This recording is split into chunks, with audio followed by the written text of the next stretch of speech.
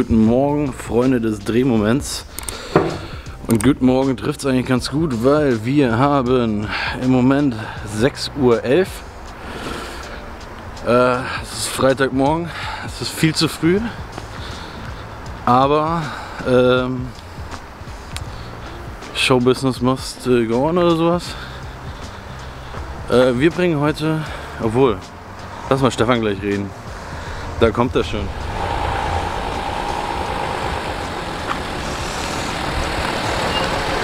Der neue Kameramann?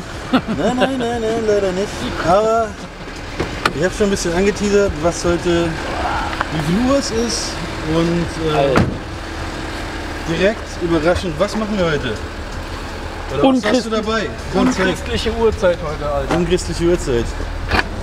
Ich habe da mal was vorbereitet. Also das Auto fährt sich wie ein Sack Nüsse jetzt, weil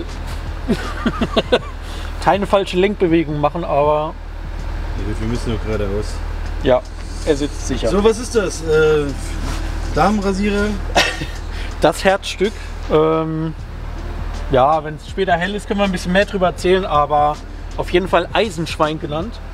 Und nicht umsonst, das Ding ist höllisch schwer. Frag nicht, wie ich den gestern reingebracht habe. Es war nicht schön, aber er ist sicher drin, ohne uns auf die Füße gefallen zu sein, und ich glaube, der macht Spaß, wenn er fertig ist. Also, ja, geht was. So, wir packen zusammen und fahren dann los. Wir sind jetzt knapp 2 Stunden unterwegs. El Chefe, aka Stefan der Kleine, macht jetzt die erste Toilettenpause. Schlecht vorbereitet, meiner Meinung nach. Also ich sitze hier immer noch. Einwandfrei. Nichts klopft an, nichts will raus. Wo wollen wir jetzt hin? Ja, oh, guck mal, die Sonne. Oder Mond? Nee, Sonne. Das muss die Mondsonne sein. Ne, wir haben gerade Neumond. Also alles gut.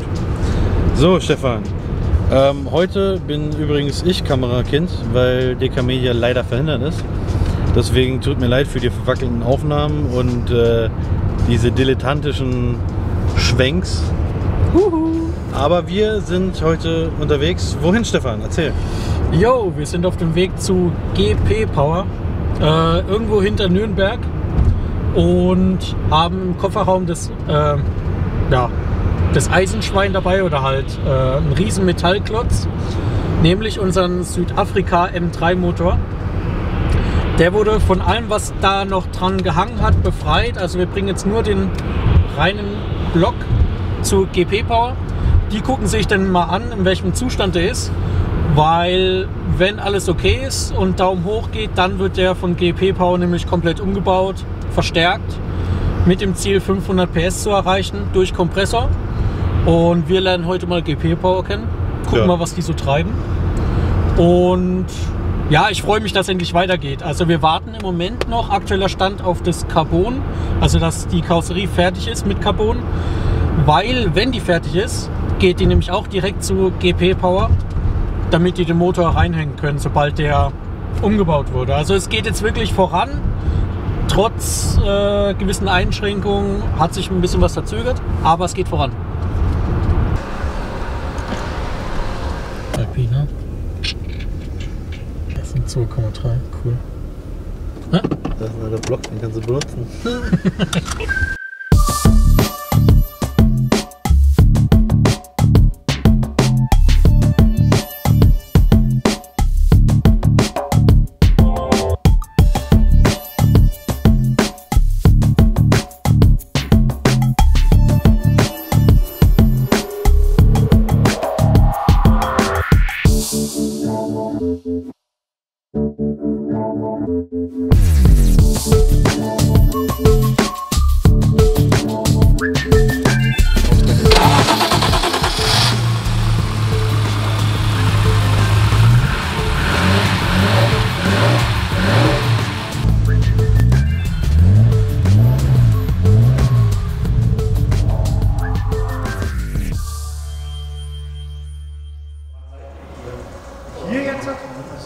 bin ich jetzt seit 20 Jahren. Boah. Ja, seit 20 So alt Jahren. bist du doch noch gar nicht. Ich bin 40. Ah, früh angefangen. Sehr früh. Krass. Ich habe davor, also ich habe als Kfzler gelernt damals und habe halt nebenbei dann schon hobbymäßig geschraubt. Habe dann in Amberg eine kleinere Werkstatt gehabt und so ist halt der Stein ins Rollen gekommen. Habe mir da halt die Kundschaft ein bisschen aufgebaut und dann sind wir halt darüber gegangen. Jetzt haben wir hier, haben wir gesagt, ein N20. Genau. Bei uns werden wir genau wie bei den Serien Vorderachse fahren, Serien Hinterachse. Nur mit anderen Tonnenlagen oder anderen Lagen. Wie ist denn das eigentlich jetzt Querlenker? Würdest du da uns empfehlen, auch bei der Serie zu bleiben oder gibt es da was, wo wir noch optimieren können? Querlenker gibt es eigentlich keine Probleme, da kannst du eigentlich schon das ganze Serienzeug drinnen lassen. Okay. Also Meile wahrscheinlich sowas. Ja, also ich bin immer so ein Lemmförder-Fan. Ja, klar. Also ich mache immer das Lemmförderzeug eigentlich rein. Und da fällt sich eigentlich nichts. Okay. Lenkgetriebe dann E36 auch Ja, dann machen oder? viele E36 oder E46 M3, dann ist es ein bisschen vom Lenkverhältnis her ein bisschen knackiger. Ja, E36 habe ich zu Hause liegen, 3 Genau. Stück. Ja, wenn du das liegen hast, dann kannst du das verwenden. Genau. Okay. Und vor der Achse, hast du jetzt gemeint, gibt es eine Schwachstelle, die man eventuell verstärken sollte? Genau, gerade wenn schwerere Motoren zum Einsatz kommen, dann sollte man die Aufhängung, wo halt der Motor auf der Achse steht, wo der Motor auf der Achse steht, hier, das ist im Endeffekt Serie 6-Zylinder und dann gibt es halt Versteifungsbleche von verschiedensten Firmen, die wo man kaufen kann, die sind schon fertig lasergeschnitten, die braucht man dann da bloß noch einschweißen, dann ist das hier im Endeffekt um den Aufhängung vom Motorhalter ist das nochmal komplett verstärkt. Alles klar, an der Hinterachse gibt es auch noch eine Lösung, um das Ganze, du hast gesagt, für mehr Grip. Ja, dass man halt die Spur und Sturz einstellen kann. Da gibt es zwei verschiedene Varianten. Da gibt es einmal mit exzentrischen Schrauben gibt's Verstellungen, die wo man dann hierher schweißen kann. Würde ich aber eigentlich jetzt nicht empfehlen. Also da gibt es noch welche, wo so Verzahnungsplatten drum sind. Mit denen haben wir eigentlich ganz gute Erfahrungen gemacht und die würde ich eigentlich empfehlen. Okay. Gruß an DB Oberflächentechnik, wir müssen nochmal pulvern. Das gibt's. Okay. Ja. Abgasanlage sehen wir hier schon drunter? Ja, wie gesagt, hier, das ist eine 89er Abgasanlage. Ist jetzt in eurem Fall beim Kompressor, muss nicht ganz so dick sein. Da langt im Endeffekt 76. Also was ich gleich sehr geil fand, nicht nur, dass einer von unserem Team natürlich, also dadurch wusste ich von euch, das ist schon mal klar, aber was ich sehr geil fand, wo ich jetzt zum ersten Mal, muss ich zugeben, auf eurer Insta-Seite war, dass da Preise dabei stehen. Also habe ich ihm auch gleich erzählt, unser Moritz, dass ich das einfach toll finde, wenn eine Firma zum Preis steht und gleich bekannt gibt, was sie dafür leisten und einen Preis reinschreiben und nicht so auf Anfrage, auf so, Sympathie und dann nenne ich dir irgendwann mal einen Preis nach 2 Wochen überlegen, ob du es mir wert bist, ob ich gerade Bock auf dich habe, sondern da steht ein Preis dabei. Also das wollte ich mal loben, finde ich cool. Das kannst halt, bei manchen Sachen kannst du das halt machen, aber wenn es halt dann immer individuell wird, klar, dann muss das schon auch abgeklärt werden. Was halt viele, wie gesagt, was viele Kunden machen, die bringen halt Teile her zum Umbauen, wie Motoren und so. Ja. Und holen die Motoren dann wieder ab, bauen das zum Teil selber ein, bringen dann die Fahrzeuge wieder für Abgasanlage, Luftverrohrung zum Beispiel. Ja. Da kann man halt nie hundertprozentig sagen, was die in Eigenleistung machen, was für uns gemacht wird. Und deswegen ist es da immer ein bisschen, sag ich mal, individuell kann man halt nicht voraussagen. Ja, also man lobt dafür und du hast zumindest mal einen Ansatz, dass wenn ich sage, ich will das und das anders, man hat einen Anhaltspunkt. Spielen kann man immer noch, aber ich weiß, ich lande nachher nicht bei 30.000, obwohl ich nur 5.000 ausgeben wollte. Genau. Und weiß schon mal, was ich dafür kriege, das finde ich cool. Für unsere E36-Freunde, du machst viel Kompressorumbau, hast du gesagt, auch bei E36? Genau, E36 machen wir viel Kompressor, auch Turbo natürlich, machen wir auch viel Turbo. Ja, Turbo, ich habe es kurz erwähnt vorhin, kennt man relativ viele mittlerweile oder sieht man relativ viele. Kompressor kenne ich jetzt persönlich echt wenige und weil ich selber einfahre aus Interesse, wenn ich jetzt mit meinem 328er hierher kommen würde, mal so aus der Hüfte geschossen und sage zu dir, ich möchte nicht zu viel Geld ausgeben, möchte auch einen Kompressor drauf haben, Leistungssteigerung, was würdest du mir anbieten, so als Einsteiger? Unser Stage 1 Kompressor-Kit. Das kannst du eigentlich mit dem Serienmotor, haben wir echt viele Kunden am Laufen, die damit schon 60.000, 70.000 Kilometer fahren. Das hat dann so zwischen 350 oder sagen wir mal zwischen 320 und 370 PS. Aus 198 PS. Genau, das ist die Serienleistung. Tendenziell machen die 328er ein bisschen mehr. Also die meisten 328er haben meistens über 200 PS auf dem Prüfstand. Okay. Ja, genau. Und damit kommen wir eigentlich gut voran. Ich sage mal, das ganze Kit mit Einbau, mit TÜV-Abnahme, mit dem ganzen Zeug musst du 6.000 bis 7.000 Euro rechnen. Hier eingebaut? Komplett fertig. Das wäre mit drin? Komplett fertig. Musst du 6.000, 7.000 Euro rechnen. Das Kit für den Selbsteinbau. Gibst du gleich 2 Euros ab, oder was? Ja. Das darf meine Frau jetzt nicht sehen. Das Kompressor-Kit für den Selbsteinbau, das Stage 1 Kit, das kostet 4.850 Euro. Und wenn wir es halt einbauen mit TÜV komplett schlüsselfertig, wenn wir das alles machen, musst du 6.500 Euro rechnen und hast halt dann schon, sage ich mal, ein Auto, das war von Level ist von einem M3 oder bist sogar besser unterwegs wie in die 36 M3. Wahnsinn. Mit geringeren Reparaturkosten, wenn was kaputt geht, behaupte ich jetzt mal. Ja, die Ersatzteilversorgung ist natürlich für so einen 2,8 Liter Motor deutlich günstiger wie für einen M3-Motor. Also wenn der hochgeht, da baue ich mir 4 neu an, bevor ich einen M3 anbaue. Das ist richtig. Oder mehr sogar. Kostet der M3-Motor gebraucht schon ja, meine ich auch, genau. Unsummen vom Geld. Wahnsinn. Ich muss sagen, für so einen S50-Motor einen gebrauchten, wenn du einen einigermaßen vernünftigen willst, unter 6 kriegst du keinen Motor. Ja. Wie lange braucht ihr für so eine Aktion, wenn ich den heute herstelle? Also es kommt halt immer darauf an, wie viel da schon los ist, weil wir müssen ja die Termine auch irgendwie aber welchen Termin hat, meine ich? Aber wenn du einen Termin hast, ist sowas eigentlich innerhalb von 2 Wochen umsetzbar. Cool. Komplett mit fertig. TÜV? Mit TÜV komplett fertig. Wahnsinn. Ja. Bremsen, darf ich dann noch Serie fahren? Nein, also Bremsen sollten dann schon umgebaut werden. Okay. Aber da kann man ja zum Beispiel E46 330i Bremsen vorne drauf machen. Standard, das reicht dann eigentlich komplett aus für den Umbau. Cool.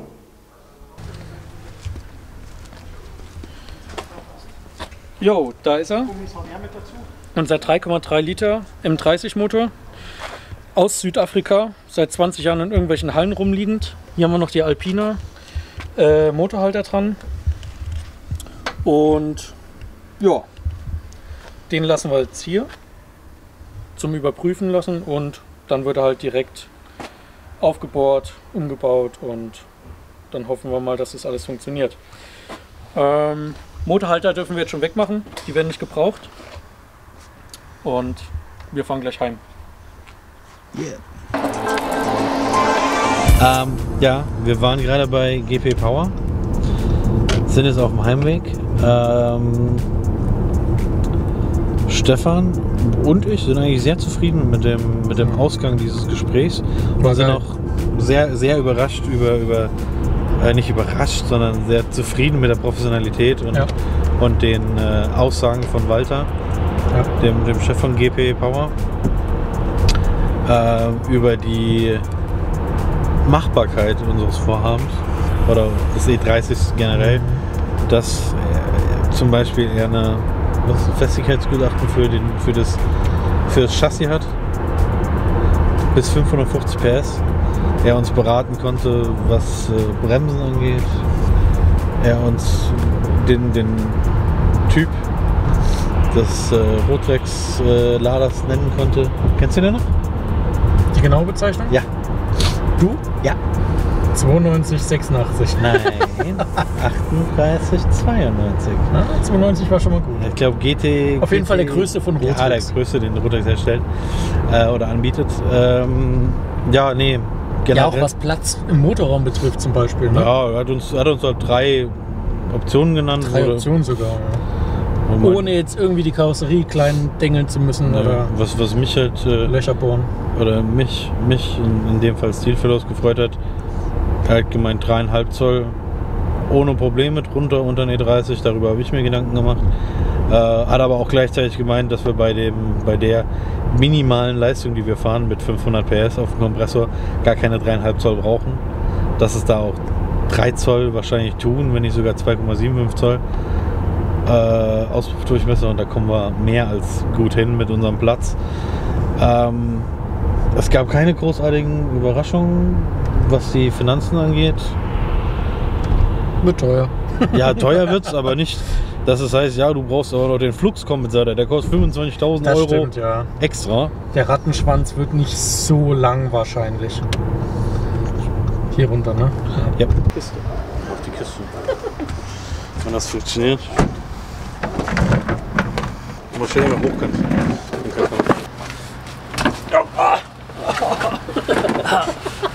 So, wir sind zurück in Mannheim. So, wir sind gerade angekommen. im Steelfellows Headquarter Europe. In einem neuen Projekt von euch. In einem, ja, in unserem Signature-Fahrzeug für nächstes Jahr, wenn es geht. Nesso. Werdet ihr dann bei Meet the Ring sehen, hoffentlich. Und hören. Ja, wir sind ziemlich happy, weil war ein geiler Besuch. War super. Grüße an Walter von GP Power. War geil. Top. Wir fühlen uns in guten Händen und wissen jetzt noch mehr, wie es ablaufen wird, die nächsten Monate. Ja. Ich probiere es kurz zu machen. Ende Februar ist der Motor fertig, zerlegt. Wenn es klappt. Und wieder zusammengebaut. Genau. Dann bringen wir Karosse, die bis dahin hoffentlich auch komplett Carbon ist, hin. Der Motor wird reingeworfen, angeschlossen, zum Laufen gebracht. Genau. Wenn er dann läuft, Kompressor drauf. Dann kommt er zu mir oder zu uns. Wir basteln die Auspuffanlage drunter. Und dann geht er wieder zu ihm. Titan? Wahrscheinlich Titan. Titan, okay. Titan, wiegt nichts. Und dann geht er wieder hin, abstimmen und dann kommt Innenausstattung in der ganze Müll rein. Da müssen wir Gas geben, weil danach geht's zum Fahrwerkhersteller. Ja. KW. Und danach zu 0 Bar. Also das Auto hat noch eine weite Reise vor sich. Wir müssen uns ranhalten. Deswegen. Ende Februar geht's weiter und wir freuen uns drauf. Werden euch auf Instagram, wen es brennt interessiert, in den Stories auf dem Laufenden halten. Ja. Weil GP Power wird uns immer wieder jetzt beim Zerlegen und wieder zusammenbauen, verstärken, optimieren, Fotos schicken vom aktuellen Ist-Stand und das zeigen wir euch in den Stories. Ja. Und bis dahin bleibt dran, seid interessiert und bis demnächst. Wir cruisen jetzt noch eine Runde. Ciao. Ciao.